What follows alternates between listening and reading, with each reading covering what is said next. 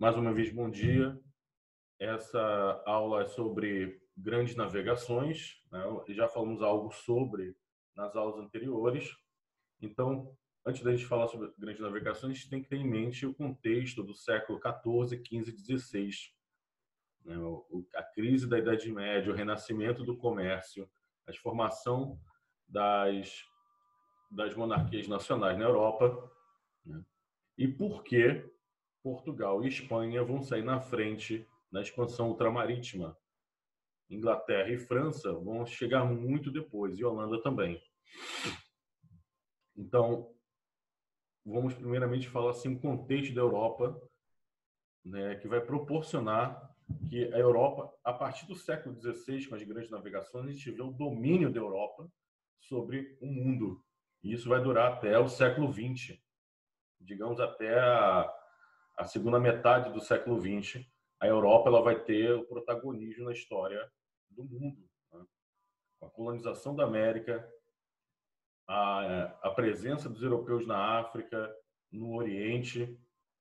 Então, a partir do século XVI, o continente que era isolado, uma civilização um tanto atrasada, se a gente comparar os europeus com os árabes da época, com o Império Chinês. Então, assim, como é que uma cultura, uma sociedade atrasada, isolada, se transforma na senhora do mundo? Então, nós temos que ter em mente a crise da Idade Média, do feudalismo, o ressurgimento do comércio, principalmente de especiarias e produtos orientais, e a formação dos estados nacionais. Paulo Vitor pergunta: eles pegaram a tecnologia de outro povo? Sim, tem uma influência muito forte devido ao comércio, da influência dos árabes. A gente deve lembrar que os árabes eram exímios matemáticos, astrônomos, era uma cultura letrada, muito mais letrada do que a Europa medieval, mas parece dar um revertério, né? Dar um reversal. Os árabes começam a se isolar e se isolar não, né? Eu acho que a imagem que a gente tem hoje dos árabes, do mundo muçulmano em geral, é uma imagem construída pelos europeus, né, para denegrir o inimigo, e também que é uma resposta, né, dos árabes. Isso é uma coisa mais do século XX para o XXI, não é dessa época.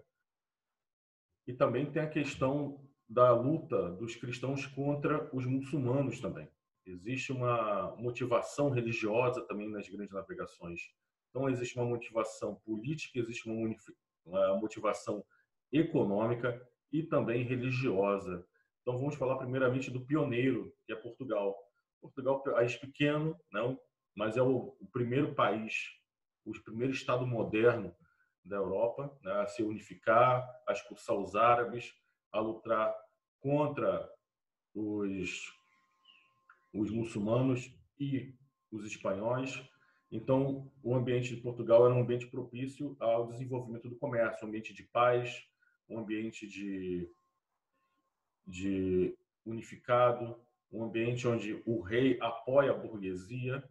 Falamos aqui também sobre a Revolução de Avis, quando o mestre da Casa de Avis, Dom João de Avis, ele recebe apoio da burguesia contra as forças de Leão que queriam pegar novamente Portugal. Sim, seu amigo português. Mas a princípio a gente tem essa coisa do ouro português, mas isso é bem mais adiante, né? Os portugueses só vão pegar o ouro do Brasil lá para o século XVII. No primeiro século da colonização não tem ouro no Brasil, né? Só vai se descobrir ouro muito mais tarde. Então, assim, Portugal tem uma realeza associada à burguesia. Dom Dinis, da Casa de Avis, também vai ser conhecido como navegador, porque ele vai investir nas navegações. Ele vai mandar construir um castelo, ele vai pegar um castelo na região de Sagres, uma região ao sul de Portugal, onde ele vai concentrar grandes pensadores, engenheiros, matemáticos, astrônomos, navegadores, para desenvolver novas técnicas de navegação e construção de navios, cartografia. Então, Portugal tem tudo a seu favor. Primeiramente, Portugal tem a seu favor a própria geografia. Portugal é um país, né, o seu território é mais voltado para o Atlântico do que a Espanha, que é voltada mais para o Mediterrâneo. Os portugueses já tinham uma noção de navegação no Atlântico, enquanto que os espanhóis são muito mais mediterrânicos. Os italianos, obviamente, são mediterrânicos. Os portugueses, desde a Idade Média, navegavam pelo Atlântico, chegando até mesmo ao Atlântico Norte, na Noruega, para pescar bacalhau. Então, você tem uma indústria pesqueira já em Portugal e também um comércio muito desenvolvido, porque Lisboa, desde a Idade Média, era também uma cidade comercial, um entreposto para quem vinha do Mediterrâneo e precisava ir até o norte da Europa pelo mar. Parava-se sempre em Lisboa. Então, vamos lá. Portugal tem a seu favor a geografia, uma realeza associada à burguesia e uma burguesia disposta a pegar o dinheiro, o lucro e reinvestir para ampliar os negócios. E o próprio ambiente de uma monarquia centralizada garante a unidade das medidas, a unidade monetária, a paz necessária para os negócios. Então, você não vai ter senhores feudais duelando, disputando terra. Você vai ter uma infraestrutura, né, como portos, pontes, estradas conservadas e seguras. Tudo isso faz com que Portugal, então, possa se aventurar no mar. Então, em 1415, Portugal, navegando, os portugueses começam, então, navegando no norte da África, na parte atlântica, não mais somente no Mediterrâneo, mas na parte atlântica, principalmente, e tomam uma cidade árabe, uma cidade comercial chamada Ceuta.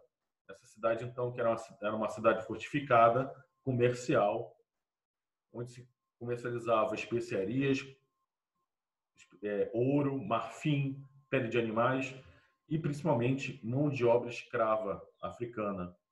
Então, o comércio de escravos controlado pelos portugueses começa a ser a partir da tomada de Ceuta.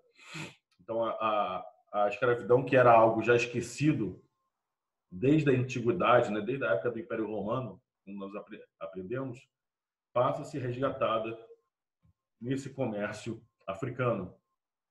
Então, os portugueses veem que vale a pena investir nas grandes navegações, investir na tomada. Existe, é claro, uma questão religiosa de lutar contra o infiel, contra o muçulmano. E aí, então, os portugueses vão navegando no litoral português, sempre mapeando, explorando novos territórios ali, sempre no litoral, nunca se afastando muito do litoral, sempre seguindo o que chamamos de cabotagem, em homenagem a Cabot, que era um cartógrafo. Cabot, então, a cabotagem era navegar sempre tendo em vista o litoral para não se perder no meio do oceano, porque ainda está se desenvolvendo técnicas utilizando a bússola, o astrolábio. O astrolábio, se vocês procurarem na internet, as imagens é um disco de latão com umas engrenagens e os medidores. É muito complexo de se utilizar, se utiliza muito para se medir a altura de prédios, e desenvolvido pelos árabes, mas também utilizado muito em astronomia. Então, os portugueses sempre vão explorando o litoral da África, construindo feitorias, fortalezas para se proteger de ataques de nativos e construindo feitorias para esperar os nativos trazerem as mercadorias para comercializar. E eles nunca adentram, né, no território africano mesmo. É muito raro eles adentrarem, eles ficam mais no litoral. Então, eles vão descendo, atravessam o Cabo Bojador, que é o biquinho da África, né? Se vocês notarem o mapa da África, tem um extremo a oeste, né, uma ponta, que aquilo era o limite, era o máximo que se conhecia da África até então. Na cabeça do europeu medieval, a gente deve lembrar que os caras ainda têm ainda resquício da Idade Média no pensamento deles. A Terra é pequena, né? Para o homem medieval, a Terra era somente o que? Europa, o Oriente Médio, o norte da África. Né? Não se conhecia a Oceania, a América. O resto do Oriente era uma coisa meio mitológica, muito fantástica. O que se sabia do Oriente era os relatos do Marco Polo, né? Aquele viajante aventureiro comerciante genovês que viaja até a corte do imperador da China, Kublai Khan, neto do grande Gengis Khan. E aí o cara traz uma série de narrativas e descrições do Oriente que o pessoal era tão fantástico que as pessoas não acreditavam. Por isso, o livro dele é chamado de Il Miglione, que seria uma gíria para, pô, meu irmão, mó caô, né? O cara era mó caôzeiro, inventava milhões de coisas, então era exagerado. E o sul da África, o sul do Saara, também era desconhecido. Na antiguidade, eu não sei qual era o filósofo grego que achava que ao sul da África a temperatura era tão alta que não dava para sobreviver. O colega Paulo fala que os mongóis eram ruins, mas eram um ótimo líder. Os mongóis têm essa fama de serem um povo nômade, né, guerreiro, extremamente violento, mas diz que era mais propaganda dos mongóis. Os mongóis não eram tão ruins assim, não. Os mongóis, eles eram grandes conquistadores, né, eles só queriam receber tributo. Se o povo pagasse tributo, eles deixavam o pessoal em paz. Aquele negócio de ficar juntando pilhas de cabeça era uma propaganda que os próprios mongóis faziam para botar medo na galera, né? E também com religião. Depois os mongóis se convertem ao islamismo, eles eram principalmente animistas, né? Uma religião xamânica lá da Ásia Central. Mas os mongóis vão construir um maior império, ininterrupto, né? Territorial, da Hungria até o Mar do Japão, né? Muito grande.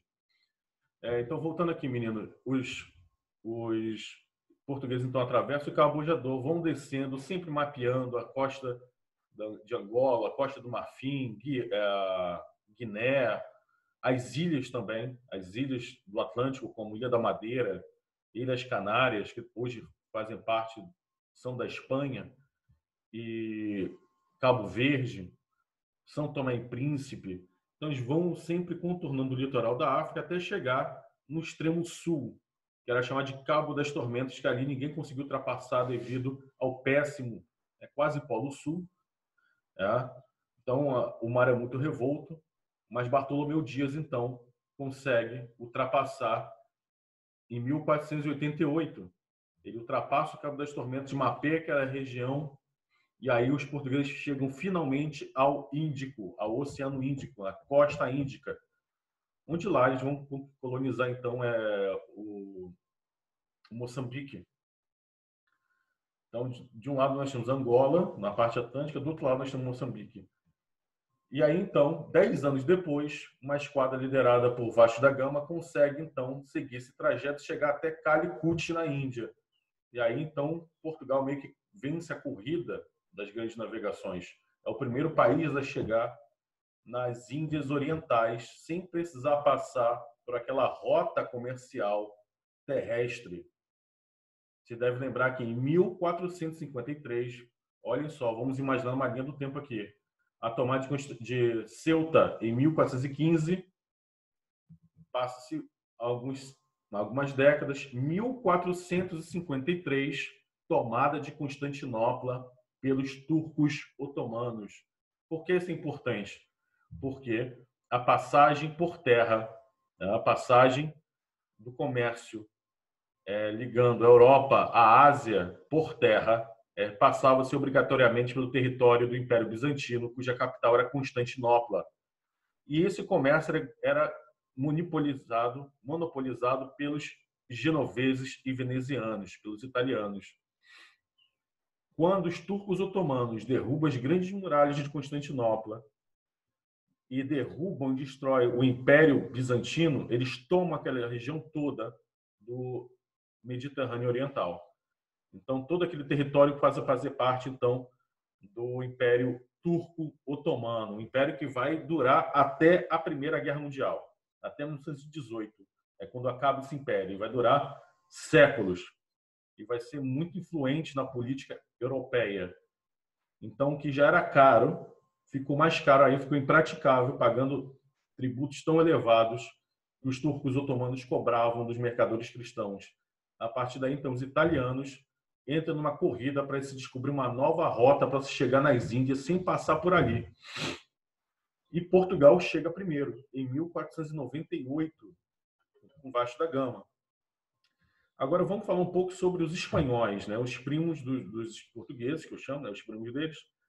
Os espanhóis, eles ainda, enquanto Portugal já tinha se organizado, se unificado e mantido sua independência, expulsado os árabes, o que era a Espanha durante todo esse processo? Eram vários reinos católicos, né? Nós já falamos aqui, Leão, Castela, Aragão, Navarra. Esses reinos muitas das vezes entravam em conflito uns contra os outros, e também tinha a questão dos territórios dos Emirados, né, dos árabes. Os emires dominavam, né, aquela região toda ali ao sul da Península Ibérica. E aí chamam de guerra de reconquista. É a luta, então, desses reinos católicos, que vão mais tarde formar a Espanha, lutando para expulsar os árabes. Depois de muito tempo, vocês vão ver que Castela, por exemplo, através de casamento, engole o reino de Leão, passa-se algumas gerações, a rainha Isabel de Castela casa com Fernão de Aragão, e aí, então, formando um único reino, eles juntam suas forças e aí conseguem ter força suficiente para expulsar os árabes. Aí, paulatinamente, eles vão expulsando os árabes. Até que, em 1492, a última cidade árabe na Espanha era Granada. E aí, então, em 1492, eles tomam Granada e expulsam os árabes definitivamente do seu território. Então, aí se dá a unificação da Espanha, ou das Espanhas, como eles costumam dizer. Na verdade, não é somente uma Espanha, né? São várias regiões dentro da Espanha. Mas isso é papo para outro momento. Então, a Espanha quer correr atrás. 1492. Em 1492, os portugueses já ultrapassaram o Cabo das Tormentas, né? O Cabo da Boa Esperança.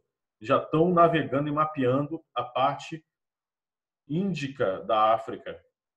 E a Espanha está atrasadona. Então, do nada chega um cara, um genovês, casado com a filha de um navegante português, então também era um navegante, com um novo plano, né, que foi o Cristóvão Colombo. O Cristóvão Colombo, então, ele planeja dar a volta à Terra. Ele pensa assim, pô, se a Terra é redonda, é só a gente dar a volta nela, né?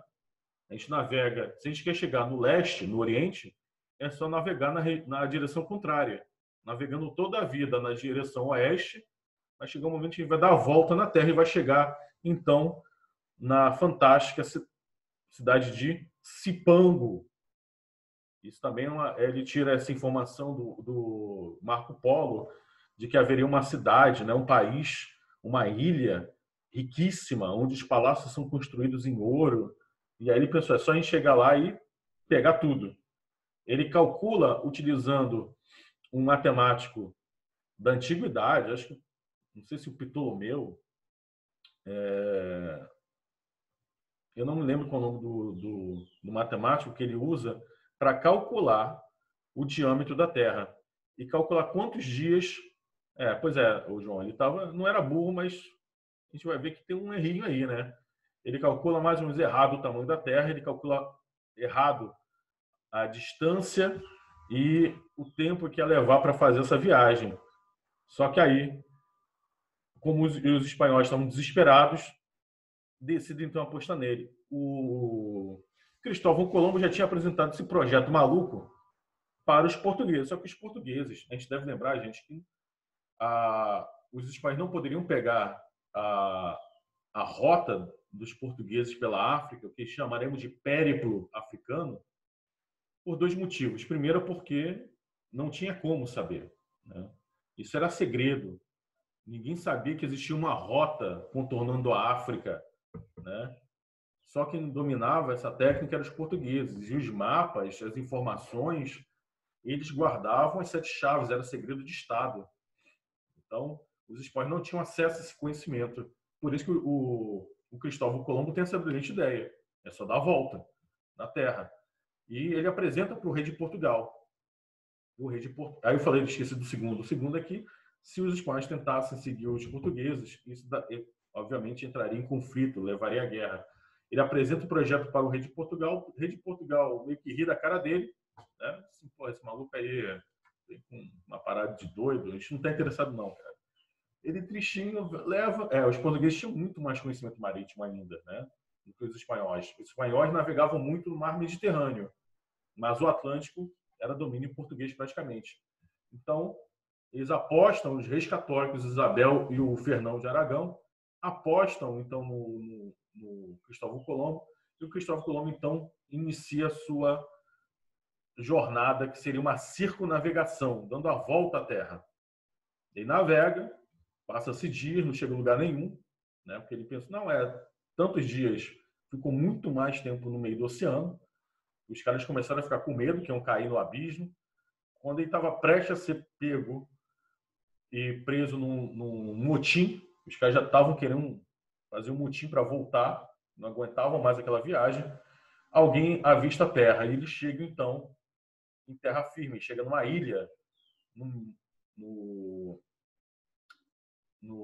Caribe, o que hoje chamam de Caribe, ou, como dizem os professores de geografia, América Central Insular. Então ele chega em umas ilhas ali, vê um pessoal, né, os nativos morenos, de olho puxado, cabelo liso preto, pensa, cara, a gente está na Índia, isso aqui é quase China. A gente já está quase em Cipango. E lembrando que Cipango era uma versão latinizada de Jipang, né, como os chineses chamavam de Jipang, que Jipang é o Japão. Né? Então ele pensou, cara, a gente está quase no Oriente, a gente está quase na Ásia, viu? Tem asiático, tem índios, né? A gente está quase chegando às Índias orientais, então esses caras são índios. Então, por um erro grosseiro do Cristóvão Colombo, os nativos da América são chamados erroneamente de índios. Ele volta para a Espanha com os papagaios, tabaco, né? Ele viu que os nativos fumavam.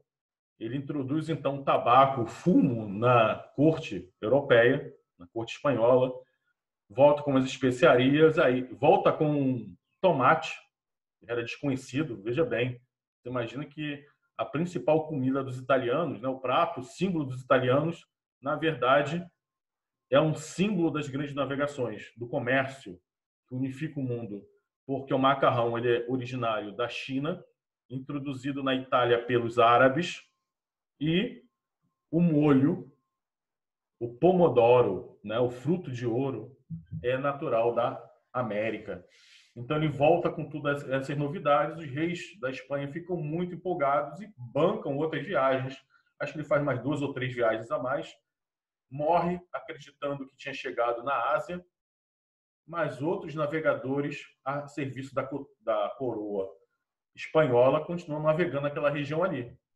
E aí um cara chamado Américo Vespúcio, outro italiano, navegando naquela região, ele mapeando novas regiões, ele chega até o Pacífico, chega mais ou menos onde é hoje a Amazônia, também aqui na América do Sul, e o cara chega à conclusão seguinte, olha, cara, o nosso amigo Cristóvão Colombo estava errado, ele não chegou na Ásia. Isso aqui não é a Ásia, isso aqui é um novo continente. E mais tarde, os cartógrafos, em homenagem a esse grande navegador, chamarão então o novo continente de América, em homenagem ao Américo Vespúcio. Então, que na verdade, né, apesar do Cristóvão Colombo ser o descobridor, quem é homenageado é o Américo. E aí, isso em 1492, os portugueses já estão preocupados com a presença espanhola na África também. Os espanhóis estão tentando também navegar na África. Aí os portugueses já começam a ficar preocupados. Então, qual é a saída? Em 1494, os portugueses levam a questão até o Papa, e o Papa, então, junto com os portugueses espanhóis, ele decide fazer que nem o rei Salomão, dividir o mundo ao meio, né? Então, não ter briga. Portugal fica com uma parte e a Espanha fica com outra parte, né? Divide, então, uma linha imaginária 100 léguas a oeste da ilha de Cabo Verde. Só que os portugueses ficam um pouco ressabiados, eles pensam assim, cara, esse Papa é espanhol também. Ele deve estar arrastando mais brasa para a sardinha dos espanhóis. Então, os portugueses, depois de muito pensar, começaram a encher o saco dos espanhóis e aí convidaram os espanhóis sem o Papa para uma nova reunião.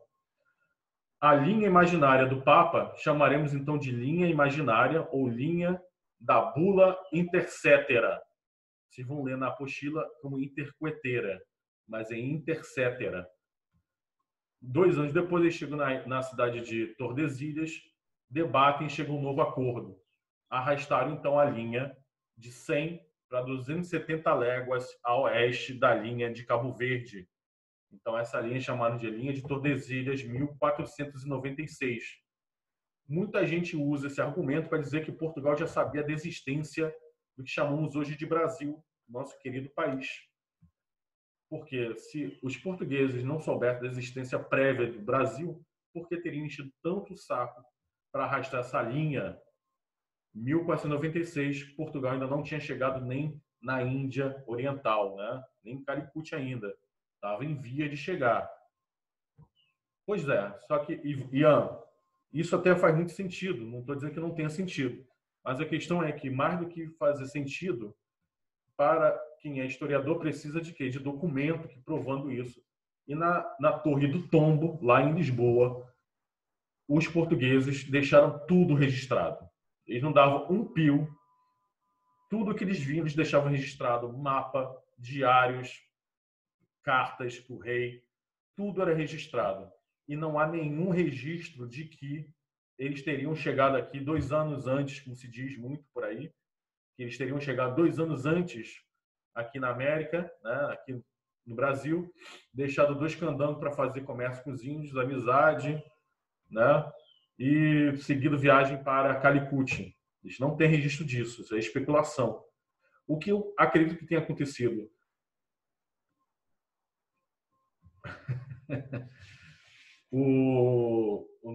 Os portugueses devem, obviamente, ter ficado ressabiados realmente, né, com a Espanha, e pensaram, deve ter terra ali. Eles apostaram, é um tiro no escuro. Aquilo que deram um tiro no escuro, a gente deve lembrar que o mapa, como a gente conhece hoje, não existia na época. Então, uma parte do que a gente chama de América, talvez o mapa do Américo Vespúcio, ele não tivesse nem o que é hoje o norte da América do Sul, né? Talvez só fosse mais ou menos o que é hoje o Panamá. Não deveria ter muita coisa ali naquele mapa. Então, não se tinha muita notícia do que tinha para baixo. Mas os portugueses deram um tiro no escuro, apostaram. Arrastando a linha, meio que no escuro, eles poderiam, então, explorar aquela região, sem problema de entrar em um conflito com os espanhóis. Tá? Então, os espanhóis aceitam, né, para deixar os portugueses quietos. Então, fica assim. Né? O que pode ter acontecido que na volta da viagem de Vasco da Gama para Portugal, eu acho que sim, foi mais uma garantia. Caso tivesse, eles teriam então isso aí, João. Acho que seria mais uma garantia de que caso tivesse terra de verdade, eles teriam então acesso. Então a minha teoria, que não é minha, é claro, né, eu peguei de um autor, que eu achei que faz muito sentido.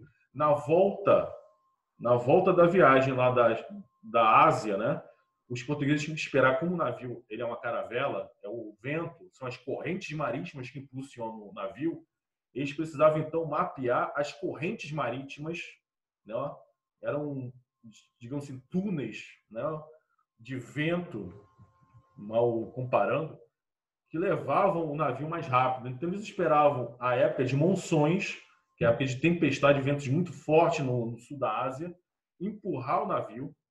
Quando eles chegavam no Atlântico, eles pegavam uma rota, uma corrente marítima, que distanciava muito do litoral da África. Se na hora de vir de Portugal até a Índia, contornando a África, eles ficavam mais próximos do litoral, na hora de voltar, no sentido horário, eles ficavam muito longe do litoral.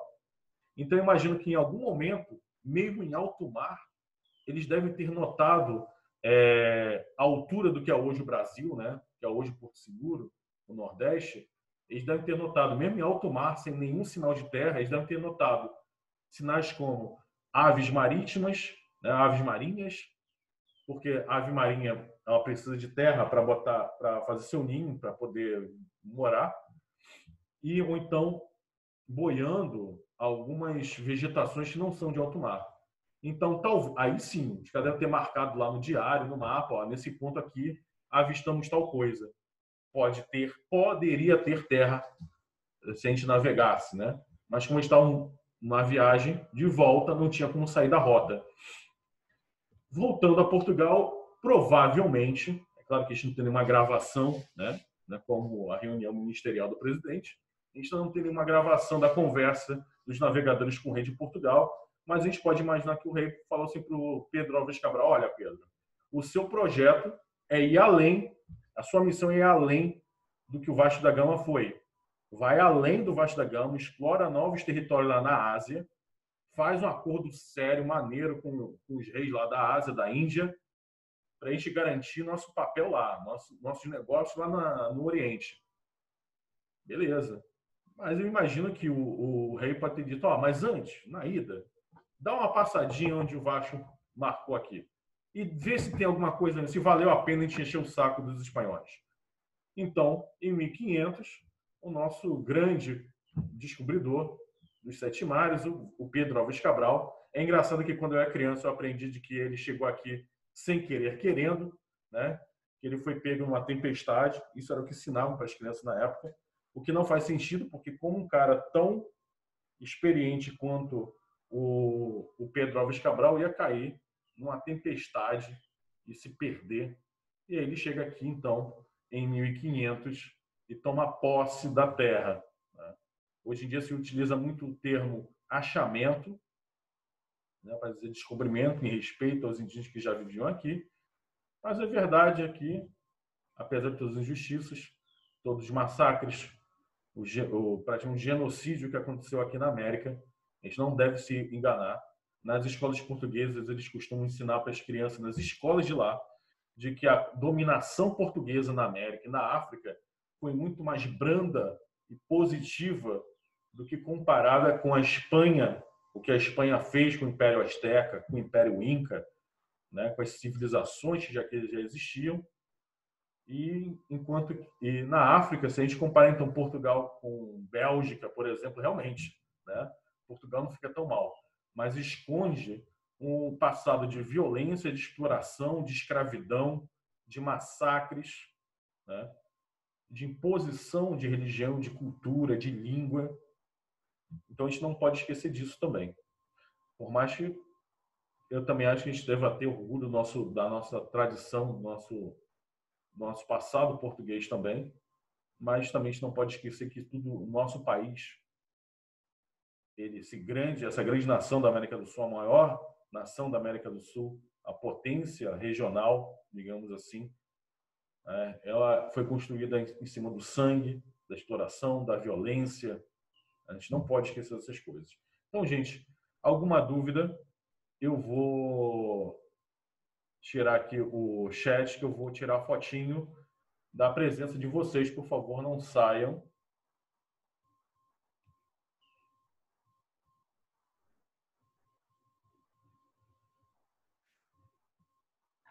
Hoje a turma está cheia, então a gente precisa de 2 fotinhos. Ou 3. Deixa eu ver aqui.